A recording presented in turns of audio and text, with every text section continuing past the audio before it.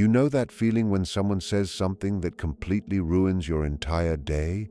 What if I told you that feeling actually only lasts about 90 seconds, unless you keep feeding it? Here's the reality. Anger is often more of a choice than we realize.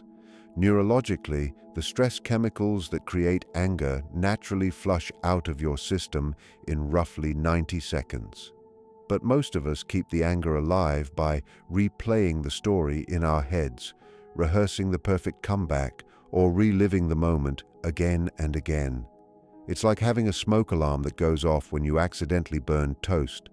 Instead of opening a window or turning off the toaster, you keep making more burnt toast. Of course, the alarm keeps screaming. Next time someone cuts you off in traffic, pay attention to what happens inside your body. Your system floods with stress hormones. That's the 90-second surge. But then the story begins. What an idiot. People like that shouldn't even be driving. Suddenly you're still angry 20 minutes later, even though the original chemical reaction already passed. When you understand this 90-second rule, something powerful becomes clear. You reach a choice point. You can allow the chemicals to flush naturally and let the feeling move through you, or you can keep feeding the fire by replaying the situation. Everyone seems to know someone who stays calm no matter what happens. They're not superhuman. They've simply learned something most people overlook. We often say things like, "They really know how to push my buttons." We say it as if we're helpless remote controls and someone else has the power to press our emotional buttons whenever they want. But the truth is, nobody can push buttons you haven't given them access to. The idea that other people control your emotions is a myth we repeat without questioning. Buttons only work when they're connected to something. Those buttons are usually unhealed wounds, past experiences, or values that feel violated. When someone pushes your buttons, they're actually revealing where something inside you still needs attention or healing. Imagine a coworker making a sarcastic remark that always sets you off. Instead of reacting immediately, pause and ask yourself a deeper question. What is this really about? Maybe that comment reminds you of a critical parent from your childhood. Suddenly, the coworker isn't simply annoying you, they're activating something older and more personal. In that moment, you realize they didn't create the reaction, they revealed it. When you stop seeing yourself as a remote control and start acting like the operator, you reclaim authority over your emotional state. Nobody truly decides how you feel except you. Think about the person who triggers you the most.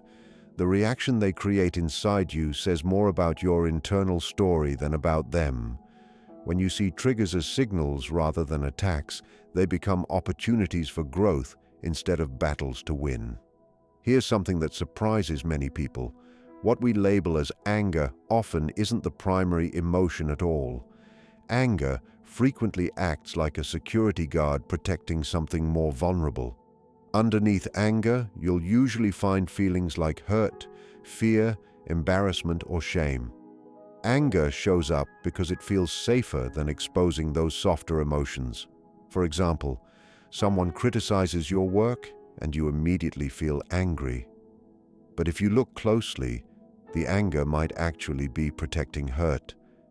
The deeper feeling might be, "They don't see my effort," or "Maybe I'm not valued." Anger steps forward like a spokesperson because vulnerability feels risky. Picture your partner forgetting your anniversary and you explode in frustration. On the surface, it looks like anger, but underneath there might be pain, quietly asking, "Do I matter to you?" When you address that hurt directly instead of expressing only anger, something changes in the conversation. Saying, "I felt forgotten," creates a completely different response than saying, "You never remember anything." One invites connection, the other creates distance. When you learn to identify the emotion beneath anger, you begin addressing the real issue instead of fighting a surface reaction. Think about your last major anger episode. If you rewind the moment and look beneath the anger, what emotion was really there? Hurt, disappointment, fear, maybe feeling unappreciated. Recognizing that layer transforms how you communicate and how others respond to you. Between every trigger and every reaction, there's a small space. Inside that space lives your freedom. Most people don't realize this space even exists because reactions often feel automatic. But that tiny moment is where choice lives. The psychiatrist Viktor Frankl discovered this truth while surviving unimaginable hardship during the Holocaust. His insight was simple but powerful. Even when you cannot control what happens to you, you can still choose your response. When a trigger hits, your body reacts instantly. Chemicals surge, your heart rate rises, and your thoughts begin forming. But before you react outwardly, there's a brief pause, sometimes only a fraction of a second. Inside that pause, you can ask yourself a powerful question. What response would I be proud of tomorrow? Imagine receiving a passive-aggressive email from a colleague.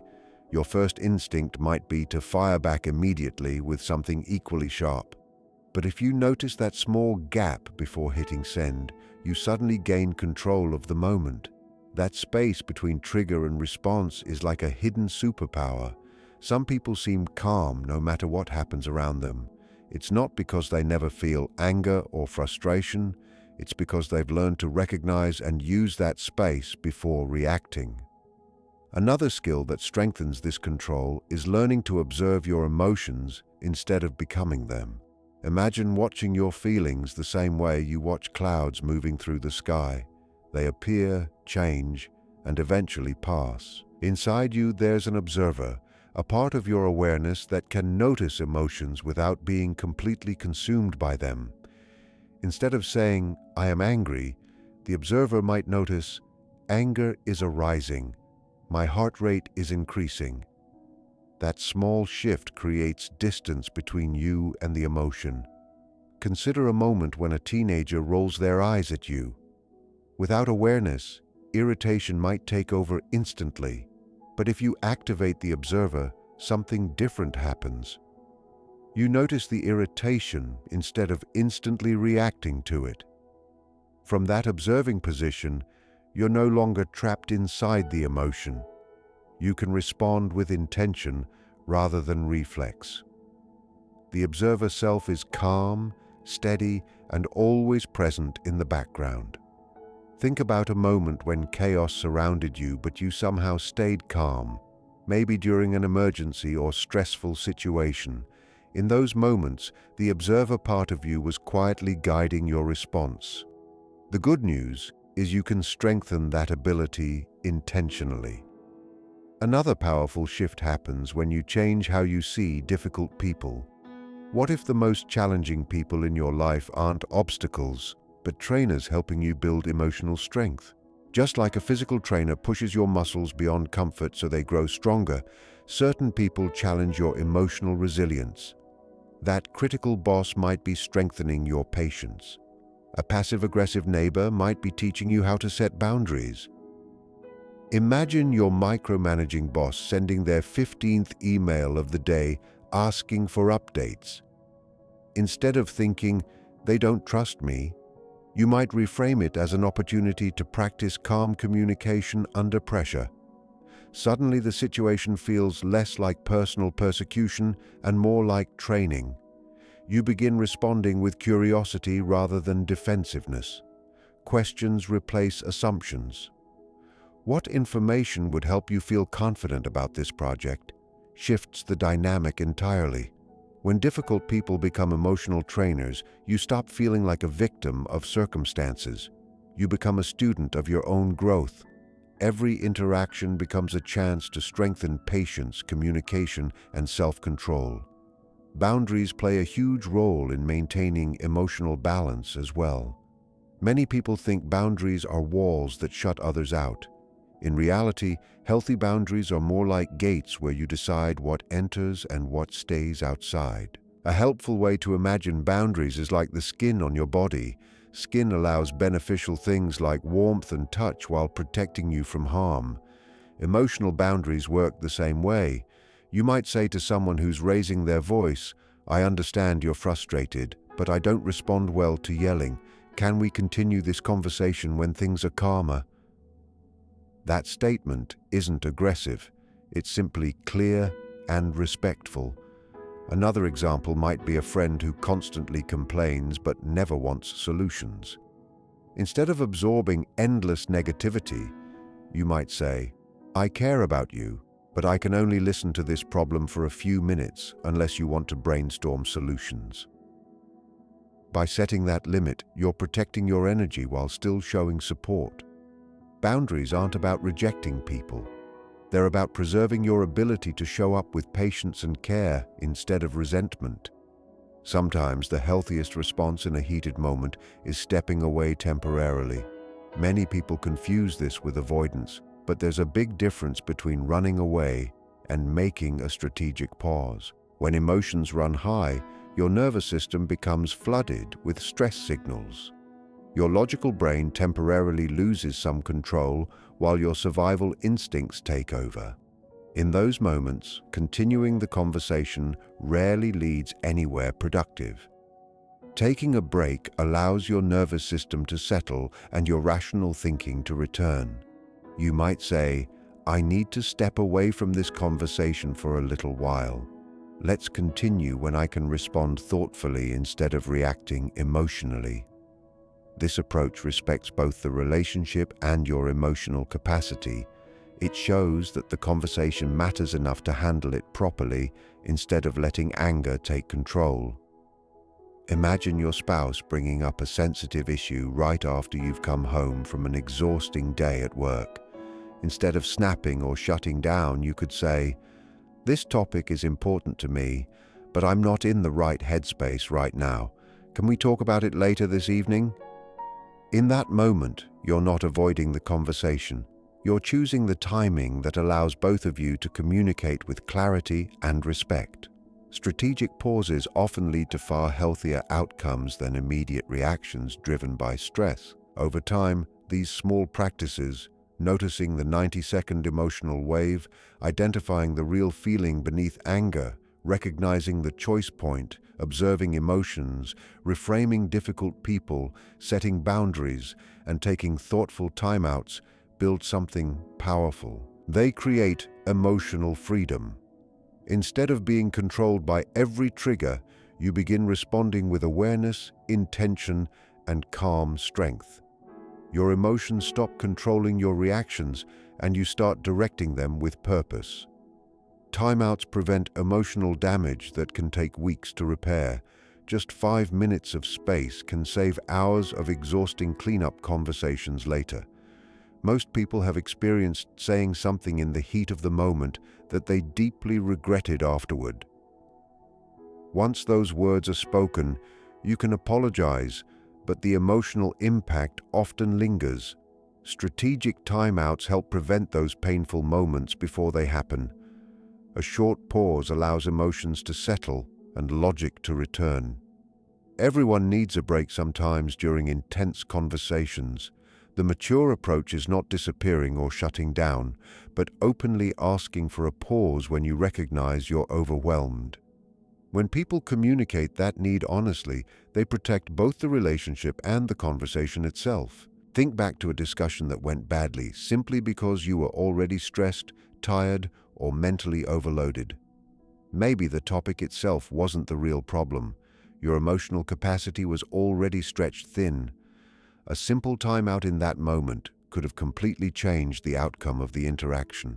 Most emotional reactions follow patterns, yet many people move through relationships without understanding their own triggers. Imagine walking through a minefield blindfolded. You would never knowingly do that, yet many people navigate emotional situations without recognizing where their personal landmines are buried. Triggers rarely appear randomly. They often follow recognizable patterns. Certain personalities may remind you of someone from your past. Specific tones of voice may echo old criticism. Certain words or behaviors might reopen emotional wounds that never fully healed. When you begin mapping these patterns, your reactions stop feeling mysterious. For example, you might suddenly notice that someone's impatient tone reminds you of a former boss who constantly questioned your judgment. The reaction you feel in the present moment isn't only about the current situation, it's connected to a memory stored in your emotional history. Once you see that connection, the reaction begins to make more sense. Knowledge changes everything. When you recognize a trigger before it explodes, you gain the power to respond differently. Instead of stepping directly on the emotional landmine, you can carefully step around it. Awareness gives you room to pause, breathe, and choose a calmer response. A simple way to build this awareness is by keeping a short trigger journal for 1 week. Each time you feel strongly triggered, write down a few details. Who was involved? What exactly did they say or do? What did the situation remind you of from your past? Patterns begin to appear surprisingly quickly. You might realize that authority figures who show impatience tend to trigger you. Or maybe sarcasm instantly puts you on edge because someone in your past used it to hurt or belittle you. These discoveries are powerful because they reveal the roots of your reactions. When you understand your triggers, you can prepare for them. Preparation transforms automatic reactions into thoughtful responses. Instead of being caught off guard by emotional reactions, you approach situations with awareness and readiness. Everyone carries emotional triggers. The difference is that most people never examine them closely. Understanding your triggers is a major step toward emotional intelligence. When you recognize the pattern behind a reaction, you gain a roadmap showing exactly where growth and healing are possible. Another important skill is learning how to care about people without carrying the weight of their emotions. Many empathetic individuals struggle with this balance.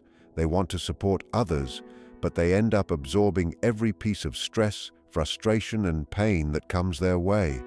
Compassionate distance allows you to keep your heart open while protecting your emotional stability. It means you can acknowledge someone's pain and offer support without letting their emotions overwhelm your own mental space. You might say something like, "I see that you're really struggling right now, and I care about what you're going through. How can I support you without taking on your stress?" This kind of response shows empathy while maintaining a healthy boundary. A helpful metaphor is the role of a lifeguard. A lifeguard helps someone who is drowning by throwing a life preserver or reaching out with support. But they don't jump into the water recklessly and drown alongside the person they're trying to rescue. They remain stable so they can actually help. Consider a friend who is going through a difficult divorce and calls you every day to vent about the situation. If you absorb all their anger and sadness daily, you may eventually feel emotionally drained yourself. Over time, that exhaustion can weaken your ability to support them. A healthier approach might be saying, "I really want to support you through this.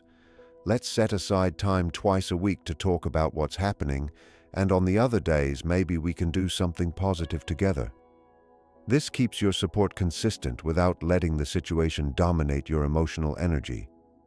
Compassionate distance protects your long-term ability to help. When helpers become burned out, they eventually lose the energy to support anyone at all.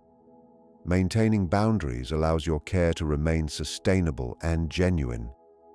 Many people know someone who constantly carries everyone else's problems as if they were their own. While that might seem compassionate at first, it's rarely sustainable. True support requires stability, and stability requires healthy emotional distance. Think about someone in your life whose ongoing drama tends to consume your energy. Ask yourself how you could remain supportive while still protecting your emotional balance. Sometimes the most caring thing you can do is refuse to drown in someone else's storm. Another powerful shift occurs when you realize that your emotional reactions are often shaped by the stories your mind creates. Most of the time, you aren't reacting to reality itself. You're reacting to the interpretation your mind builds around it. Every time someone triggers you, your brain quickly constructs a narrative. It might sound like, "They don't respect me," or "They're trying to control me." But these statements are interpretations, not proven facts. They're stories your mind generates in an attempt to explain the situation. Imagine someone speaking to you with a sharp or impatient tone. Your immediate story might be that they dislike you or think poorly of your abilities. But what if the tone simply reflects that they're stressed, tired, or rushing to meet a deadline? The story you tell yourself shapes your entire emotional experience. Consider receiving a short, direct email from your boss with feedback on a project. One possible story might be, "They hate my work and want to fire me." That interpretation creates anxiety, defensiveness, and self-doubt. Another possible story might be, "They're busy and trying to help me improve quickly." That interpretation produces curiosity, motivation, and even gratitude. The email itself hasn't changed at all, only the story surrounding it has changed. When you become aware of the narratives your mind automatically creates, you gain the power to edit them. Instead of being trapped by your interpretations, you become the author of your emotional experience. Think about a recent situation that upset you. What story did your mind create in that moment? Now imagine at least one alternative explanation that might also be possible. This simple exercise reveals how flexible your emotional perspective can be. Understanding these concepts is only the beginning. Knowledge alone doesn't create change unless it's followed by practice. Real transformation happens when these insights turn into habits that guide your everyday reactions. Integration happens through repetition, not perfection. The goal isn't to respond perfectly every time. The goal is to practice noticing your reactions and gradually choosing better responses more often. A helpful approach is to focus on just one technique for an entire week. For example, you might practice the 90-second rule by simply observing how quickly emotional surges rise and fall. When someone triggers you, remind yourself that the chemical wave will pass if you don't keep feeding it. Another week, you might focus on finding the choice point between trigger and reaction. Each time you feel yourself becoming reactive, pause and take a slow breath before responding. That small pause strengthens your ability to choose rather than react automatically. You could also practice activating your observer perspective. Whenever strong emotion appears, quietly say to yourself, "I notice anger arising," or "I notice tension building." This small shift helps separate your identity from the emotion. Over time, these practices begin to feel natural. Your brain gradually rewires itself through repetition. What once felt difficult starts becoming automatic. Small, consistent improvements eventually create massive internal change. The people who seem calm and unbothered by difficult personalities are rarely born that way. They simply practice these emotional skills long enough for them to become second nature. Many people admire individuals who display emotional stability and composure under pressure. Those qualities aren't mysterious talents. They are learned abilities that grow through awareness, reflection, and consistent practice. Imagine the version of yourself who remains steady even when confronted by criticism, conflict, or difficult personalities. That version of you isn't unreachable or unrealistic. It's simply the result of practicing these skills until they become part of who you are. One day, you may notice something surprising. Situations that once ruined your day barely disturb your peace. Triggers that once caused strong reactions lose their power. The same world exists around you, but your response to it has transformed. That moment marks the beginning of true emotional freedom.